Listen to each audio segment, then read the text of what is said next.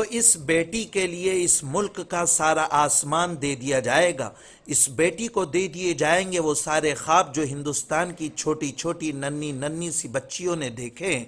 इस बेटी का चेहरा अब लगेगा इस मुल्क की सारी दीवारों पर। लोग सलाम करेंगे इस बिटिया को जो भारतीय वायुसेना में इस बार अपने पंखों की उड़ान को भरने के लिए फैलाएगी। मिर्ज़ापुर की सानिया की कहानी ये सिर्फ एक कहानी नहीं है, बल्कि ये कहानी है उन तमाम ख्वाबों की जिसके लिए इंसान अपनी ज़िंदगी में बेशुमार मेहनत करता है। मिर्ज़ापुर की सानिया इस बार एयरफोर्स की वो पहली खातून पायलट हैं जो मुल्क की शान में उड़ाएगी सुखोई, राफेल, मिग जैसे अजीम फ्लाइट, और ये बताएगी कि अगर ख्वाबों की उड़ान ऊंची हो तो फिर दुनिया का हर आसमान छोटा पड़ जाता है। मिर्ज़ापुर की जसोल गांव में रहने वाली शाहिद अली की बेटी सानिया मिर्ज़ा, अगर मौक़े हासिल करने की बात की जाए तो सानिया ने इस मुल्क के एनडीए के इम्तिहान में 149वां रैंक हासिल किया है।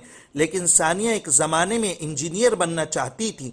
वो चाहती थी कि इंजीनियर की एक मामूली सी नौकरी कर ली जाए, फैमिली का पालन पोषण का इंतज़ाम कर लिया जाए। लेकिन रास्ता बदल दिया अग्नि चतुर्वेदी ने। एयरफोर्स की वो पायलट जिसने इस मुल्क के आसमानों को अपनी मेहनत और तकदीर की बदौलत छोटा कर दिया था। सानिया ने अग्नि बहन का हाथ थामा और ऐसी उड़ी कि इस बार मुल्क की दूसरी ऐसी खातून पायलट बनी जो सुखोई जैसे अजीम फ्लाइट उड़ाएगी।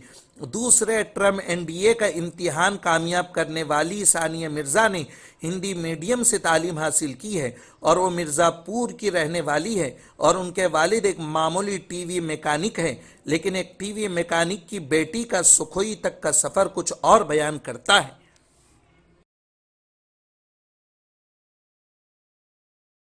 स्ट्रगल और मेहनत कोई एक चीज़ पैरा नहीं होता जिसको मैं यहाँ पे पढ़ सकूँ, लेकिन हाँ मैं इतना ज़रूर कह सकती हूँ कि अगर आपको कुछ भी चाहिए तो उसके लिए आपको डेडिकेशन और हार्डवर्क करना पड़ता है। ये वो चीज़ है जो आप मिटा नहीं सकते।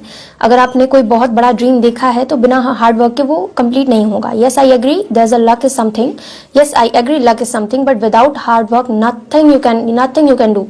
सो हार्डवर्क तो in all cases it is required, not only in studies, even in every field. आप कुछ भी कर रहे हो, स्टडी कर रहे हो, कोई बहुत बड़ा बिजनेस कर रहे हो, हर चीज़ कर रहे हो, आपको हर चीज़ की प्लानिंग, हार्डवर्क, डेडिकेशन रखना पड़ता है। मैंने एनडीए 149 कोर्स के लिए इस एग्ज़ाम को क्लियर किया है और मैं फाइनली इसमें सेलेक्ट हो गई हूँ।